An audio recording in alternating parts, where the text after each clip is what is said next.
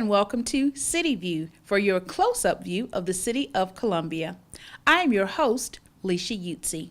In our top story, we want to tell you more about the upcoming Go Red Columbia fashion show, which will be held on March 11th at 6 p.m. at the Columbia Metropolitan Convention Center. The annual Go Red Columbia fashion show is an annual fundraiser that supports the American Heart Association. Proceeds go to the American Heart Association of the Midlands. Tickets for this fashion show can be purchased now, either by visiting Eventbrite and looking for Go Red Columbia Fashion Show, or by visiting the city's website at columbiasc.net. You may stop by City Hall, located at 1737 Main Street, or you may also buy tickets at the Jabber and Isaac Law Firm. If you would like more information about this upcoming event, contact Public and Media Relations at the City of Columbia at 545-3020. Make sure you purchase a ticket and come out and support this worthwhile event to support increasing awareness of heart disease in our community. Well, not only we're talking about fashion shows on City View, but also blood drives. Another way that the City of Columbia is showing that it cares for our community is by partnering once again with the American Red Cross. The annual Columbia Lifesavers Blood Drive was recently held at the Columbia Metropolitan Convention Center. A lot of people don't realize how often blood is needed. Every 2 seconds, someone in the U.S. needs blood, and blood can only come from volunteer donors. We can't manufacture it. It has to come from someone who comes in voluntarily and donates blood out of compassion, out of generosity. So especially this time of year, the winter season, donations go down. This is an important time to make sure that we have enough blood so that patients in Columbia, across South Carolina, and across the country have enough blood when it's needed. What is really powerful about this partnership and this blood drive is that it encourages City of Columbia employees to ask each other, hey, are you going to donate blood at the blood drive? And also, people in the community to ask their neighbors, their friends and family to donate blood as well. I think that's really, really neat, especially now that we're in the 6th year of this blood drive partnership. It shows how willing the city and the people of Columbia are able to come together for a life-saving cause. Thanks to everyone who supported this year's annual Columbia Lifesavers Blood Drive. And remember that one person donating blood can save up to 3 lives. In support of another health initiative, Drew Wellness Center recently sponsored the Healthy Columbia cooking class in order to show our citizens how to cook healthier meals at home. February is Heart Healthy Month. We wanted to come out and just tell people about how they could eat to make sure that they were at their best heart health. Some tips on how to stay healthy. One of the first things I would say is eat your fruits and vegetables, make half your grains whole, also look at low-fat dairy products or no-fat dairy products, and then choose lean meats and watch your portion sizes. Well, that looks like fun, and it also looks delicious. If you would like more information about programs and events at Drew Wellness Center, contact them at 545-3200. Now, going from the Wellness Center to spring break. Yes, it's almost that time. And if your kids are going to be home for spring break, we have a great arts camp for youth that is being held during that time period. We love our spring break art camp. They come here for 4 days. And it's 9 to 12. So they're here for concentrated 3 hours. The first couple of days we concentrate on clay projects, pottery, mostly hand building, and let them paint it because our firing has to, it takes about 48 hours for fire. So we let them fire stuff and let them get excited. Then the next couple of days we paint and draw, and it'll all tie into each other when we do different projects. So it's usually pretty fun. They like doing it. Let them try it because, we all know that funding's getting cut for the schools for arts. I'm a firm believer that the arts are a way that we can express ourselves. And we need to allow the citizens of our community experience that type of expression. And this is a modest fee, and it's a worthwhile investment in your child's future. Make sure you contact Parks and Recreation to get your child signed up for the art camp during spring break. Parks and Recreation is always so busy, and something else that recently occurred was at Greenview Park. It was the Black History Month extravaganza. I think the event has been an extraordinary event. The performances have been great. I mean, it taught you a lot through a lot of different genres, through dance, through skits, through music. I mean, it's just been really exciting, and all of it has been real educational, because everything that's been presented has really had not just a historical perspective, but a cultural perspective as well. It's really important for us to know who we are and where we've come from, so that we can not only know our history, but celebrate our history and understand our role in our collective history of moving forward as a country. And so that's why I think it's so important that we understand our identity, so that we can be a contributing part of our history as a nation. Black History Month has a real special place, probably because I am from Birmingham, and because I do recognize how significant the struggle has been and how beneficial the struggle has been. Not only were people empowered within themselves, but it changed the world. And so that's a very proud place for me to be from. And so having the opportunity to come and share part of that story was very important to me. That great event is sponsored every February and is held at one of the local parks here in Columbia. It not only focuses on Black history, but also helps to educate the community. Another event that is held every February in our community is the Legends Concert, sponsored by the Auntie Karen Foundation.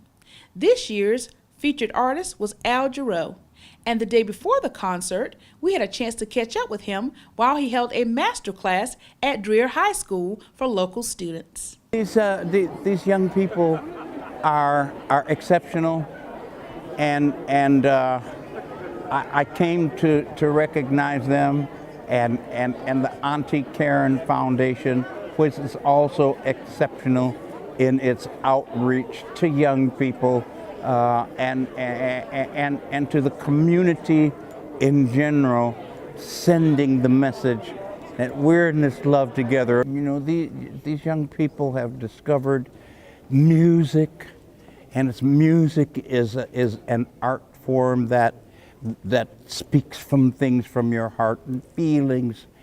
So discover music which can be healing, first of all, to oneself. These guys are healthy because they discovered music. They wake up in the morning with a smile on their face because they got music. They're going to go and sing in the choir at 11 o'clock or 3 o'clock. I'm going to play in band after school is done. I'm going to play with a band or something. Music, it's a marvelous thing. Dance, all art forms, heart art, feelings in the heart, to express that stuff is a marvelous thing. In other news about our parks, we want to make sure that citizens are aware that no fishing will be allowed at Southeast Park until next year.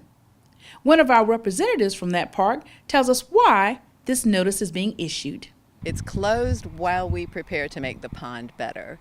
So the pond was drawn down. We've got to manage for aquatic weeds. We've had some invasive things come in there and outcompete. The problem with them is when they decompose, it depletes the oxygen in the pond and then is harmful to aquatic life. So we're managing the pH balance, the vegetation in the pond, and we also are stocking some fish. And those fish need time to grow and to spawn.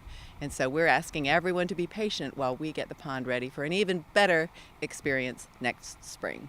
This is a beautiful park, and you can scout the pond on this wonderful trail that circumlocates around the park. We've got beautiful live oaks on the other side, some picnic areas. We have fabulous tennis courts under the shade of beautiful, mature hickory trees and hardwoods. So this park has lots for you to do. We also have an outstanding disc golf course.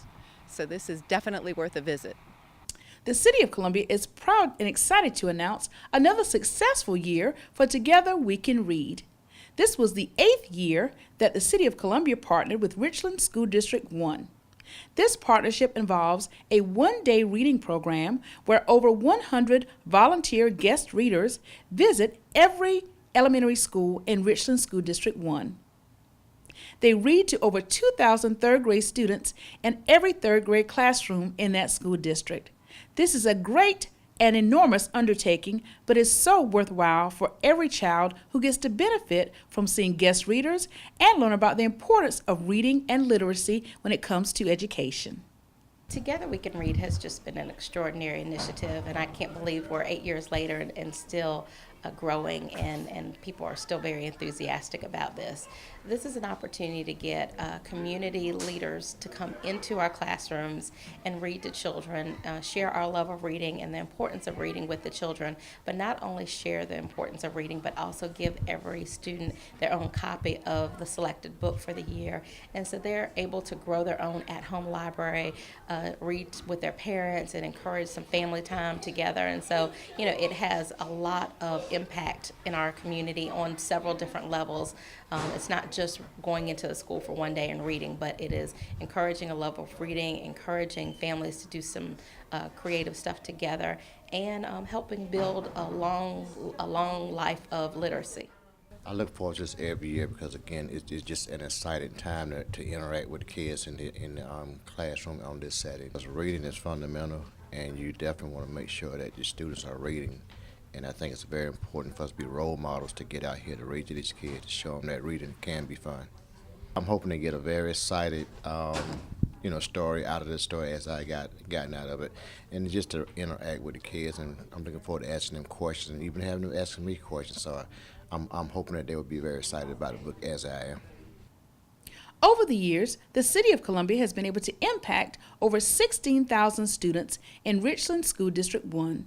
We've also had the cooperation of over 800 volunteers who've agreed to dedicate their time to going into the classroom to read to third grade students. This is a worthwhile initiative that impacts our community at the youngest levels. If you would like to get involved with Together We Can Read for 2017, it's never too early. Contact Public and Media Relations at 545-3020. Columbia is a city that is growing rapidly, and one of the areas that is experiencing growth is North Main and the North Main Corridor. Recently, city staff held an open house regarding the North Main Streetscape project to give residents and business owners more information about North Main and North Columbia. Councilman Sam Davis was in attendance for this open house, and he shares his thoughts about the growth in North Columbia. It's an informational session for the businesses and residents of the area to discuss the plans and the drawings for the completion of the North Main Streetscaping project. And just to give folks some feedback to answer some of those basic questions. What does it really entail? How long is it going to take? Is the money available? And that sort of thing. And what will be the impact on existing businesses? How will it impact traffic during construction and so forth? And speaking of growth and economic development, a new company is opening here in the Midlands. Dominion is bringing much economic development and their dollars with them when they open here in the city of Columbia. One of their representatives tells us more about how they will impact the Midlands. The City of Columbia will soon house a new corporate headquarters. Additionally, over 100 great employees will call the City of Columbia home. With that, there will be new people that are purchasing lunch, purchasing dinner. They are going out and enjoying all the amenities that the City of Columbia has to offer. Additionally, Dominion Carolina Gas Transmission is putting about $10 million in enhancements to the building and to the facilities. So that will increase the taxes and the benefits to the city and to Richland County. We're absolutely thrilled to welcome Dominion to the business family here at the City of Columbia. Their $10 million investment in the influx of high-quality professional jobs to the city represent the opportunities that are available when you have a business-friendly city and you're home to world-class talent. We look forward to a bright and prosperous future together with our partner in Dominion. As you can see, Columbia is all about business. And speaking of business, recently the City of Columbia's PR and Media Relations team made an appearance at Schmooza Palooza, which was a business networking expo sponsored by the Columbia Chamber of Commerce. It's a way that we get our partners out to meet one another. It's a networking opportunity, but really in a light environment where you can pass business cards, learn a little bit more about your fellow chamber partners. We'd love to have more businesses, and so 733-1111. Thank you for watching this episode of City View. Be sure you stay tuned right here to City TV on Channel 2, your 24-hour information station. And speaking of information, for any information about the City of Columbia, visit our website at columbiasc.net and make sure you follow us on our social media platforms. And remember, we are Columbia.